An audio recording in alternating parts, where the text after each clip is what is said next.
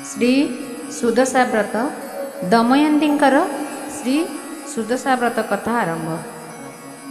बंदई परम लक्ष्मी जगत तारिणी समुद्र मंथन जात होइलु तु पुणी तेणु करी नाम हेला लक्ष्मी नारायणी विष्णु का घरणी मागो अटु कमलिनी एतु अनंतरे दिने मंत समये नारद महर्षि इंद्र भुवने विजये षड अर्घ्य देई इंद्र पाद पूजा कले बसिबा निमंते दिव्य आसनिक देले इंद्रवाच केवण व्रत कले केवण फल पाई घरणी पुत्र दुहिता केमंत मिलई एहा मते संक्षेपीण कहिबा गोसाई तब मुखु शुणिले प्रते जीवी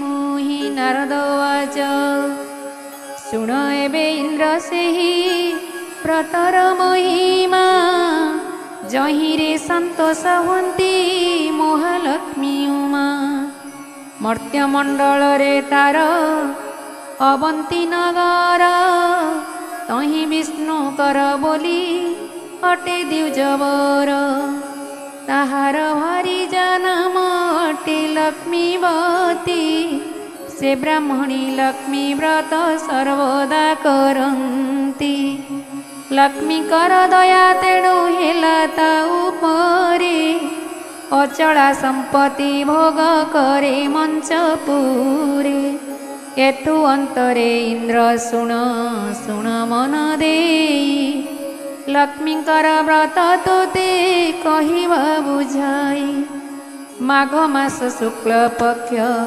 दशमी गुरुवार श्री सुदशा व्रत गोटी पड़े से दिनर सेही दिन ब्राह्मणी जे प्रभात उठिला एक वन गाईर जे गोबर आनिला सुसंच करी घर दुआर लिपिला नदी रे स्नान करिण घर को आइला तंडुल बाटिण झोटी आभरण कला श्री परमा लक्ष्मी को से सुमरण कला दशवर्ण मुरुजरे पितुला लिपिला दश जे पाखुड़ा करी पद्म के लेखिला तहिर उपरे पुण्य घट के स्थापिला घटर उपरे चूड़नाल कथोइला नारिकेल एक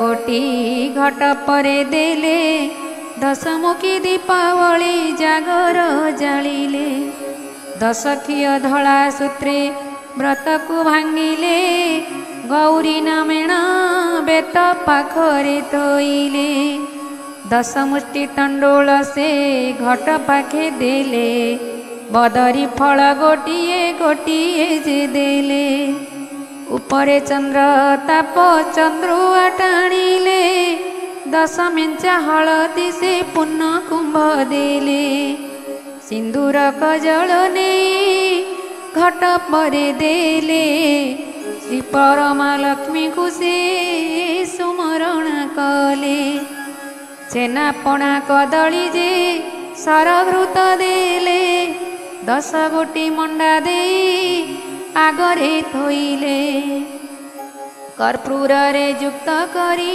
आणिण बाड़िले नैवेद्य देई पुणी कथा जे शुणिले श्री महालक्ष्मी की से सुमरणा कले लक्ष्मी दश नाम धरी प्रति गंठी देले प्रथम गंठीर नाम लक्ष्मी नारायणी द्वितीय गंठीर नाम हेला कमलिनी तृतीय गंठीर नाम श्रीहर प्रिया चतुर्थ गंठीर नाम अटे पद्मालया पंचम गंठीर नाम अटई कमला षष्ठ गंठीर नामटी होइला चंचला। ଚଞ୍ଚଳା।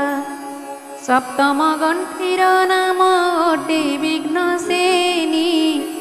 ଅଷ୍ଟମ ଗଣ୍ଠିର ନାମ ସିନ୍ଦୁର ଦୁଲ୍ଲରୀ। ନବମ ଗଣ୍ଠିର ନାମ ଦୁର୍ଗତି ନାଶିନୀ। ଦଶମ ଗଣ୍ଠିର ନାମ ବିଷ୍ଣୁ ପାଟରାଣୀ। ଦଶ ନାମ ଧରିଣ ସେ ବ୍ରତ ଗଣ୍ଠି ଦେଲେ। ଲକ୍ଷ୍ମୀ ନାରାୟଣୀ ବୋଲି ମନେ ସୁମରିଲେ। ସୂର୍ଯ୍ୟଙ୍କୁ ଯେ ଅର୍ଘ୍ୟ ଦେଇ ବନ୍ଦାପନା କଲେ। ନଦୀରୁ ଯେ ପାଣି କୁମ୍ଭେ ଆଣିବାକୁ ଗଲେ। ବ୍ରତ ହସ୍ତରୁ ଖସାଇ ଜଳରେ ରଖିଲେ। ଜଳ ଭିତରେ ଯାଇଣ ବ୍ରାହ୍ମଣୀ ପଶିଲେ।